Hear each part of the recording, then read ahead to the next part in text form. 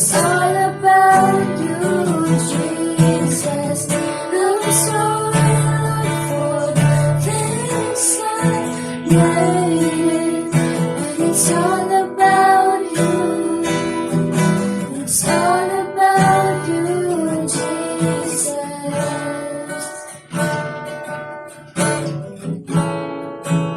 It's all about you.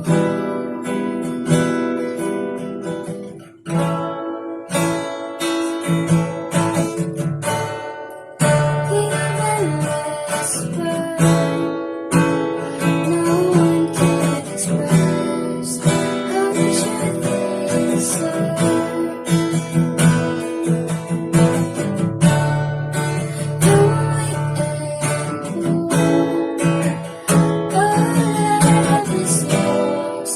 Every single breath, I'll bring you more than a song, for a song in itself is not what you have required. You've searched much deeper within, through the way things have been. You're locked in into my heart. I'm coming back to the heart of worship, and it's all about you. It's all about you, Jesus. I'm sorry for the things I made, but it's all about you.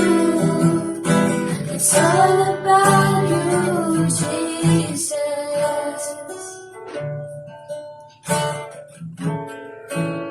It's all about you.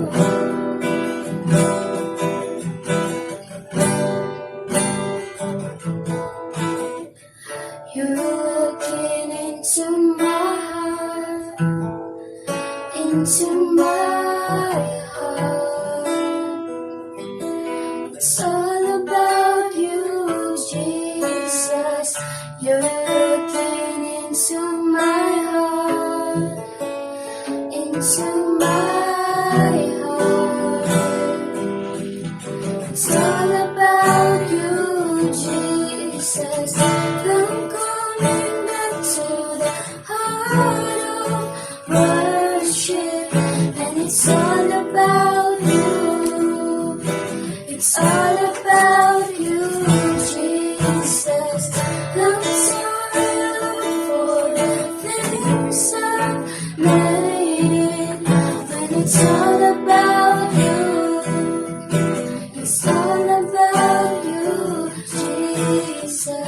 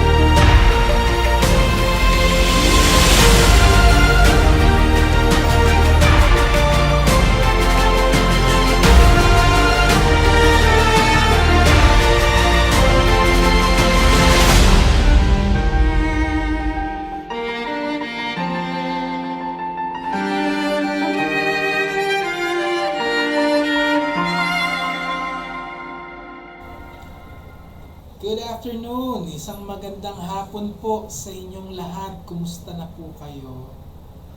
Kumusta po ang inyong linggo? Nakakuha na po ba kayo ng ayuda nyo? Ang balita ako dyan sa Quezon City, nagsisimula pa lang. Diba? Itong linggo yata ang simula, ngayong araw na to. So, sana makakumpleto kayo, 4,000 per family. Malaking tulong din po yun. And I hope and pray na pakinabangan po natin maigi para sa ating mga pamilya. Ngayong linggo pong ito ay isa na namang panahon ng pag-asa, isa na namang panahon ng pagsamba. Alam nyo, this past few Sundays, nag-uusap tayo tungkol sa Christian living, nag-uusap tayo regarding worship, may mga struggles natin. Gusto kong pag-usapan natin ngayon is something more about our duty to God. Diba? Meron po tayong responsibilidad sa ating Panginoon. Ngayon kung tatanungin ko kayo, ano yung responsibilidad natin na yon? Siguro mag-iisip ka, ano nga naman responsibilidad yung sinasabi ni Pastor? Diba? Ano ba yung responsibilidad natin bilang isang Kristiyano? Alam niyo ba, pag binanggit ko yung word na discipleship, may mga mangingiwi ng mukha dyan. Sigurado. Discipleship. Diba? Lalo na sa panahon ng pandemya, parang, Pastor, posible ba yan na mag-disciple ka sa panahon ng pandemya? Posible po. Alam niyo po, napaka-importante po ng discipleship. Napaka-importante po ng gawain na ito. Sa maniwala po kayo sa hindi, bago umakyat ang ating Panginoon sa langit, sa Matthew 28, yan po ang inutos sa atin. Hindi lang go out and preach the gospel, hindi. Teach. Pag sinabi mong teach, yun yung discipleship part. Kaya pag sinasabing discipleship, medyo may mga humingiwi na yung mukha, may mga nasimangot, meron nakanganga. Ano yung nakanganga? Hindi nyo alam yung sinasabi ko. Alam mo, nakakalungkot. Just because na mayroong pandemic, nakakalimutan natin yung responsibilidad natin to disciple. Of course, to witness, to share the gospel, pero pagkatapos nun, we need to disciple. Importante. Alam niyo kung gaano ka-importante yun? Sobrang importante na bago mamatay si Apostol Pablo, isa yan sa unang-unang inutos niya kay Timothy. Ang pag-uusapan po natin ngayong araw na to ay tungkol sa mga piling lalaki, hindi ibig sabihin lalaki lang, piling lalaki at babae ng Panginoon at isang sulat ng isang malapit ng mamatay na apostol. Pag-usapan po natin yung 2 Timothy chapter 2, verse 2. Basahin po natin. Ito po ay sulat ni Apostol Pablo kay Timoteo nung siya'y nasa kulungan sa Rome. Malapit na po siyang patayin dito ni Emperador Nero. Malapit na siyang mamatay. At ito ay isa sa mga habilin. Isang habilin ng isang ama sa isang anak, isang habilin ng isang apostol na malapit ng mamatay sa kanyang anak sa pananampalataya. Ang sabi po rito, and the things that thou hast heard of me among many witnesses, the same commit thou to faithful men who shall be able to teach others also. Let me repeat that. And the things that thou hast heard of me, sabi ni Apostol Pablo, among many witnesses, the same commit to faithful men who shall be able to teach others also. Manalangin po tayo. Panginoon naming Ama, kami po'y lumalapit sa inyo, nagpupuri, nagpapasalamat sa isa namang araw upang manambahan sa inyo. Panginoon, tunay nga po na ikaw ay banal, tunay nga po, Panginoon, na hindi kami nararapat lumapit sa inyo, pero dahil sa dugo ng Panginoong Hesukristo, kami po ngayon ay magkakasama, lumalapit na nanambahan, at naway ang aming pananambahan ay maging katanggap-tanggap sa inyo.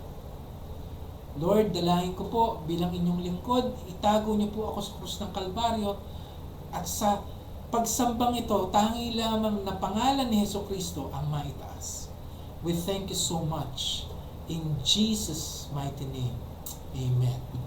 And amen. Sabi po ni Apostol Pablo, the same commit thou to faithful men.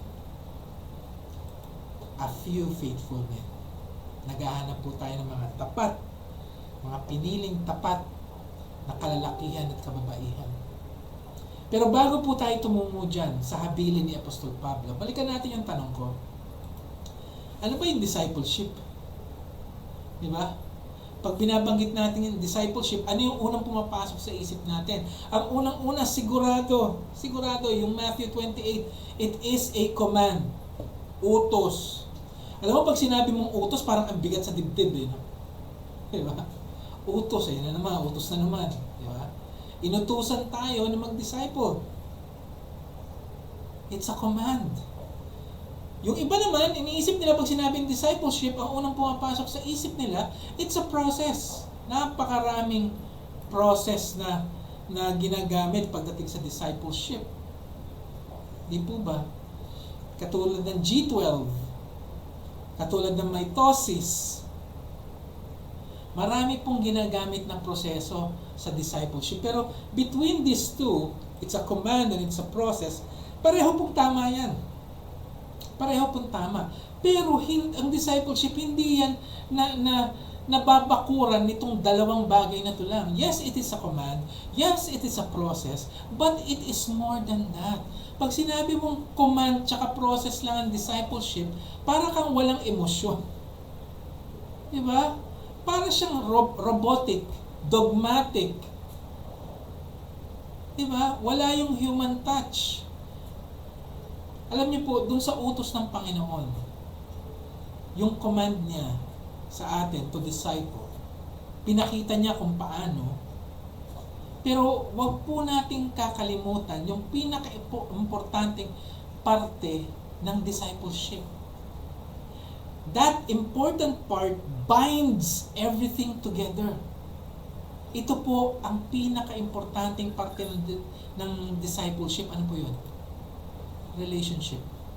Discipleship means building a relationship between a mentor and a mentee. Between the discipler and the disciple. Meron po yung relasyon. Hindi po yan parang classroom discussion lang na nag-uusap kayo bilang guro at bilang estudyante. Hindi po.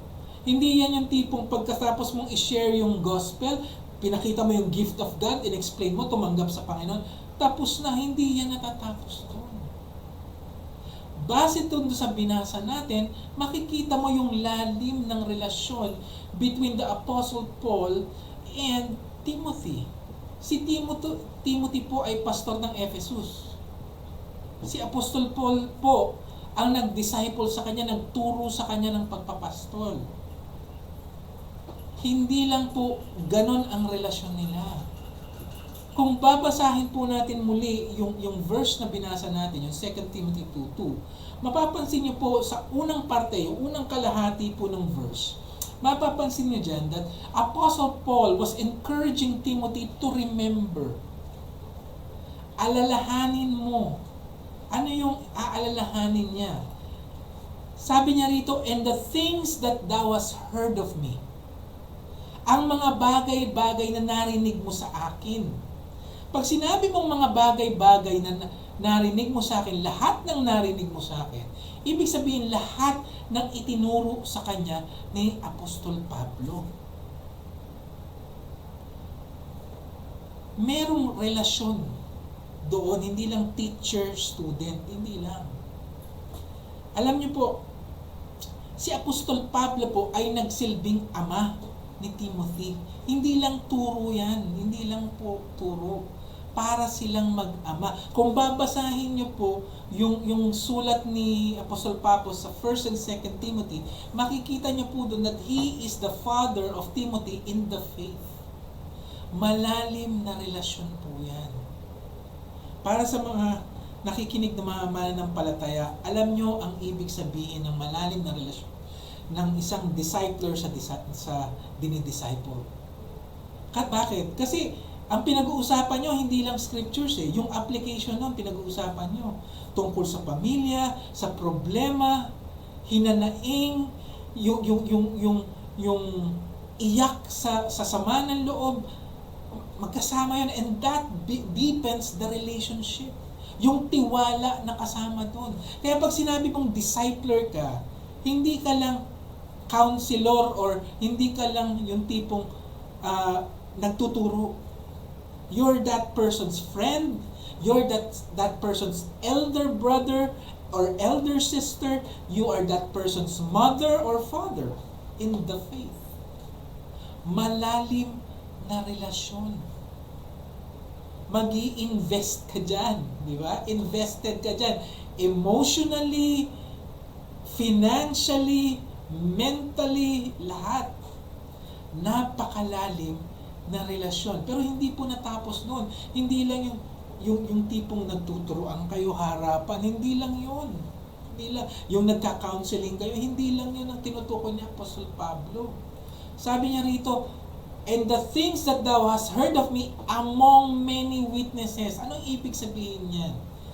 Sa field, application. Ibig sabihin, yung mga tinuturo ni Apostol Pablo, dinala niya yan sa labas.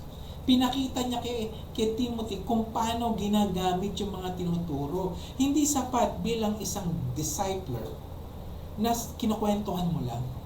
Hindi. May hands-on yan, di ba? Doon sa among many witnesses, ibig sabihin niya, ang nakakita ng mga ginawa nila are people of all races and economic status. Ibig sabihin, iba't ibang klaseng tao. Tatlong missionary journeys na binitbit ni Apostol Pablo si Timothy. Iba-ibang bansa yon. So, na-reveal, na-ipakita, it was a revelation to Timothy kung paano ina-apply yung itinuturo niya. If you're a discipler right now, hindi sapat na tinuturuan mo lang yung dinidisciple mo face to face. Hindi lang sapat yun. Dinadala mo yan, binibit-bit mo. I remember when I was still a young Christian, I was in high school during that time, 3rd year high school, 4th year high school. Hindi pa ako Sunday school teacher noon. Minimentoran pa lang ako, dinidisciple pa lang ako ng isang mas nakakatandang Kristiyano. Ang pangalan nun si Brother Wilson Tan. As in, sinasama niya ako, nagbabahay-bahay kami, bumibisita sa mga miyembro, tapos nagsishare siya ng gospel. Yung tinuturo niya sa akin, habang nakaupo kami, ipinapakita niya sa akin paglabas namin ng simbahan kung paano ginagawa. Pagkatapos nun, kunyari, sa unang bahay, binisita namin yung miyembro, tapos shinare namin yung gospel sa kapatid. Paglabas nun, may debrief yun. Ibig sabihin, ano natutunan mo? Ano nakita mong ginawa? Ibig sabihin, step by step, itinuturo sa'yo, at the same time, pinapakita sa'yo kung paano ginagamit. Diba? Sana ganun din tayo mag-disciple. Hindi kwentuhan lang.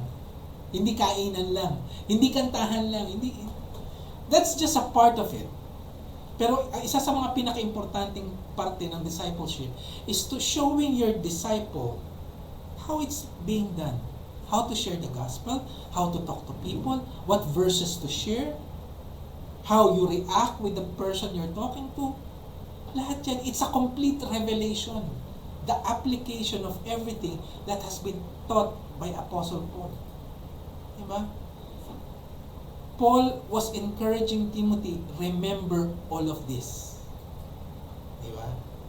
Remember all of this. Why? Because in the second part of the verse, it's time for him to do it by himself. Malapit nang mamatay si Apostol Pablo. So ngayon, siya naman. Anong turo sa kanya ni Apostol Pablo? Anong instruction sa kanya ni Apostol Pablo? Sabi niya, the same commit thou to faithful men. Timothy was trained by Paul. Ang discipler ni Timothy si Paul. Si Timothy ngayon ang magdi-disciple. Kailangan niyang maghanap ng mga tapat na tao. Faithful men. Pag sinabi mong faithful men, for example, Ako, may dinidisciple akong 12. Hindi lahat ng 12 yon tuturuan ko nitong pinag-uusapan natin.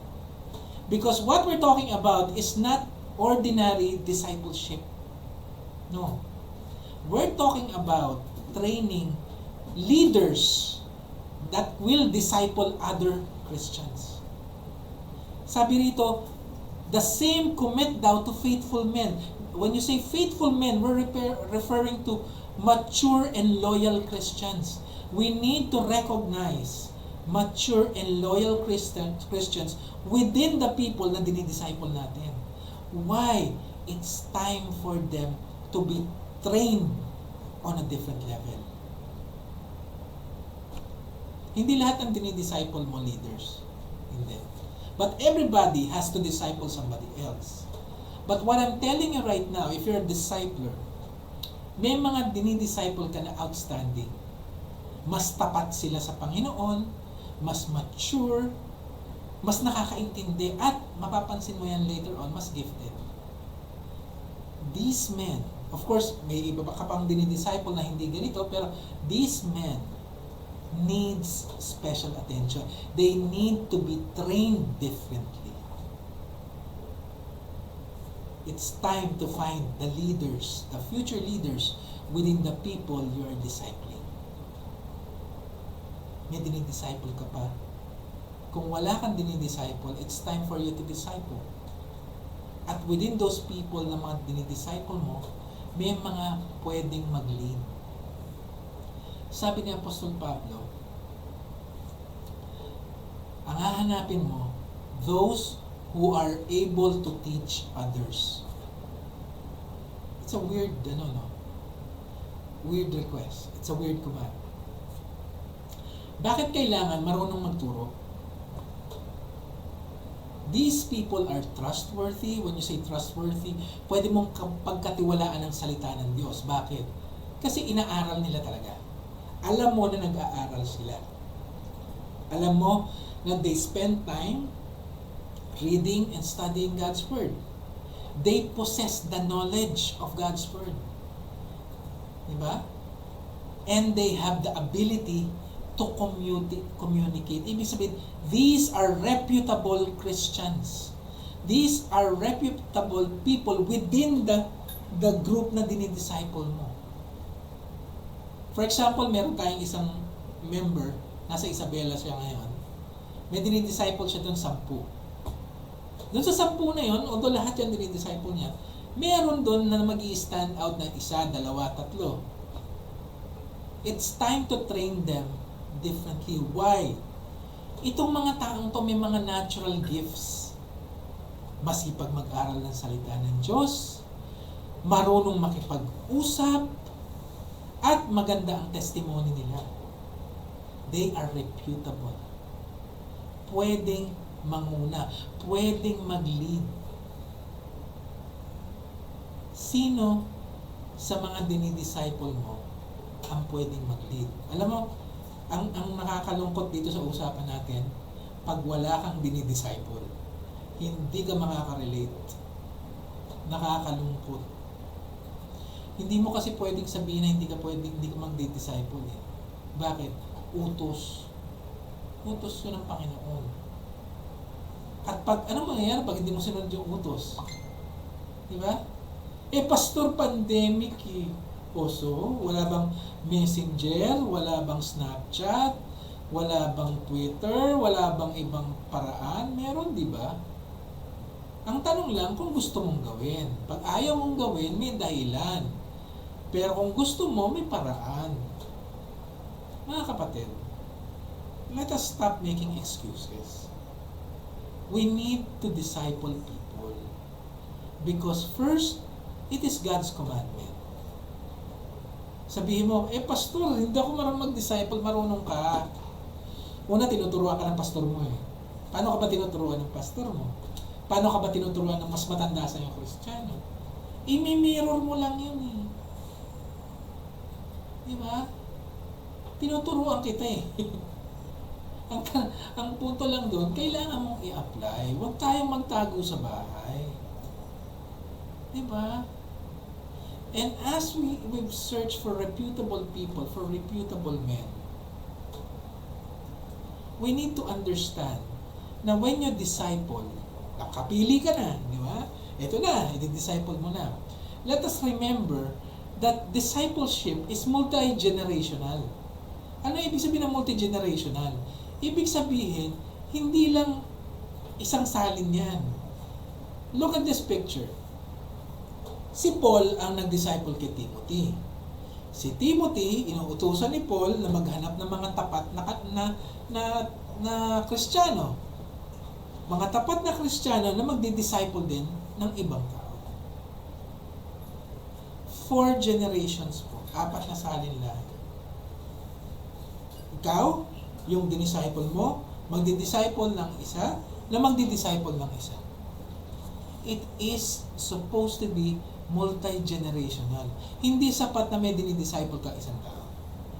Yung dinidisciple mong isang tao, kailangan matutunan niya mag-disciple din. At yung dinisciple niya, kailangan niya matutunan na mag-disciple din. 4 generations, multi-generational. Ganyan po ang vision ni Apostol Pablo sa kanyang pagtuturo. Ngayon, tanongin natin sarili natin. Nasaan na yung dinidisciple mo? O sige, wala kang dinidisciple. I think it's about time na mag-disciple ka. At pag may dinidisciple ka, isipin mo, 2 salin lahi nun ang target mo. Multi-generational. Mga kapatid,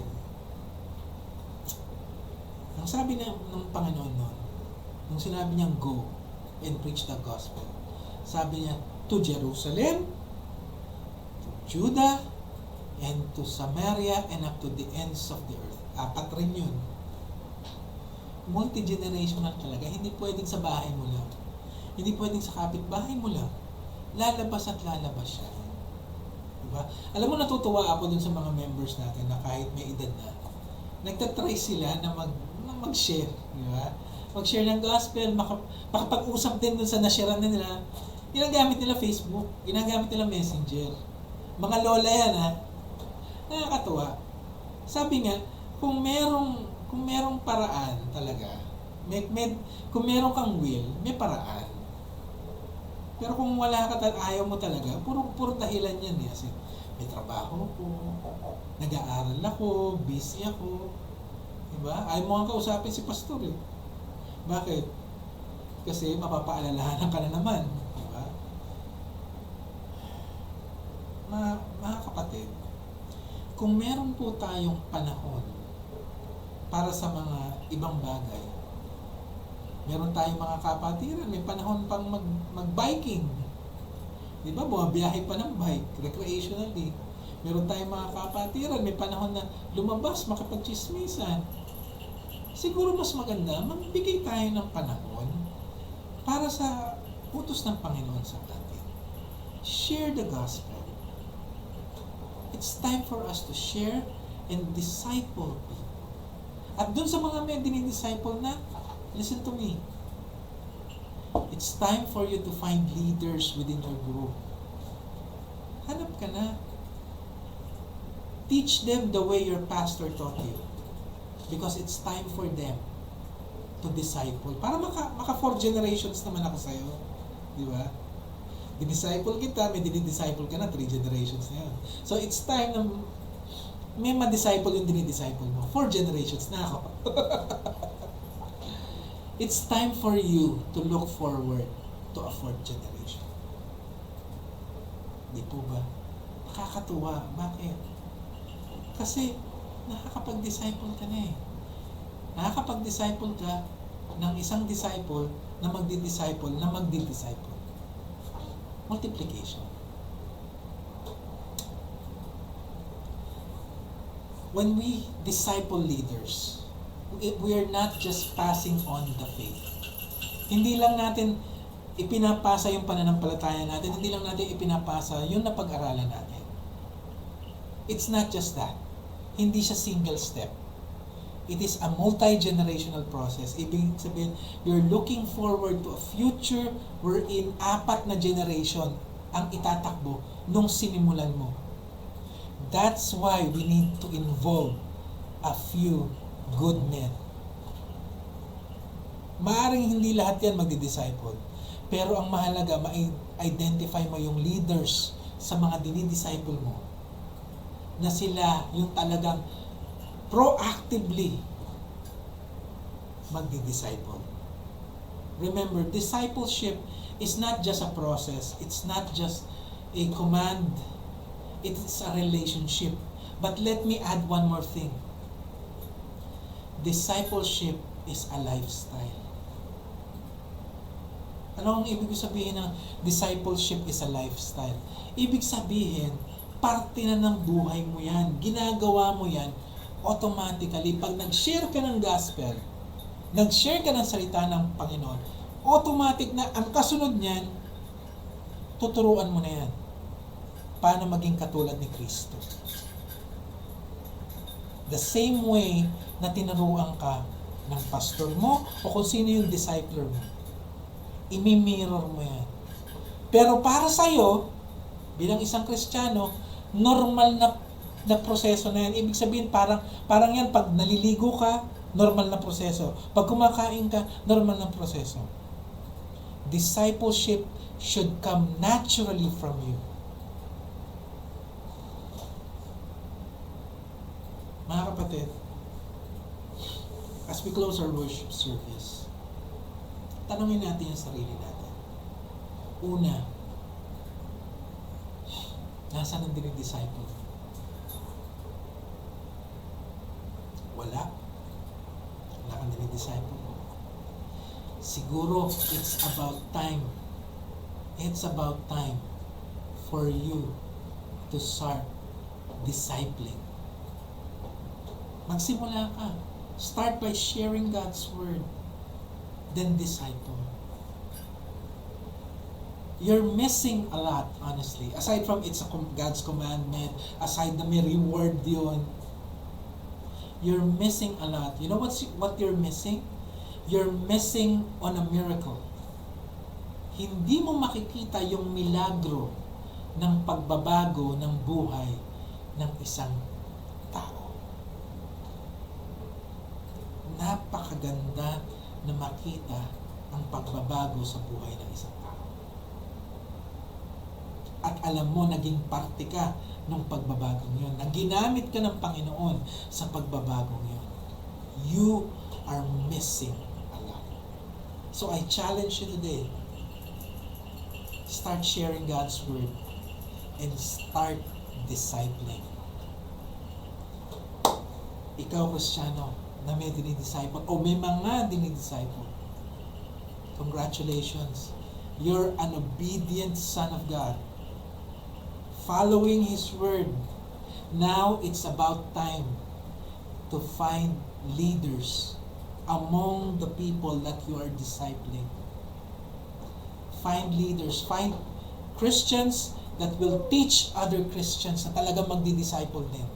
Na magdi-disciple that are capable Christians, responsible, reputable Christians that will follow and disciple others. Masarap rin ang pakiramdam na nakikita mo na yung dinidisciple mo nagiging leader ng church. Alam mo na ginagamit ng Panginoon. And if you're not doing that, again, you are missing a lot. You are missing the blessing that only a discipler can experience. Huwag po tayong maging satisfied na lang na church attender, church listener. Hindi. Let us strive. Magpursige po tayo na maging parte tayo ng dahilan kung bakit lumalago ang simbahan. Hindi po sapat na dumadalo ka lang. Pampainit ng upuan ang tawag po doon. Sabi ko nga sa iyo, madaling punuin ng taong simbahan. Mamigay ka lang ng bigas eh. Maraming pupunta. Pero hindi yun ang hinahanap ng Panginoon. Ang hinahanap ng Panginoon ay yung mga anak niya na susunod sa Kanya. na mag-share ng salita niya, na mag-share ng gospel, and at the same time, magdi-disciple. My friend, if you haven't obeyed God's word and you haven't discipled, I strongly suggest that you go to God right now and repent of that sin. Magsisi ka sa kasalanan. And start all over. Be restored. Be inspired. Start sharing His word. Start discipling.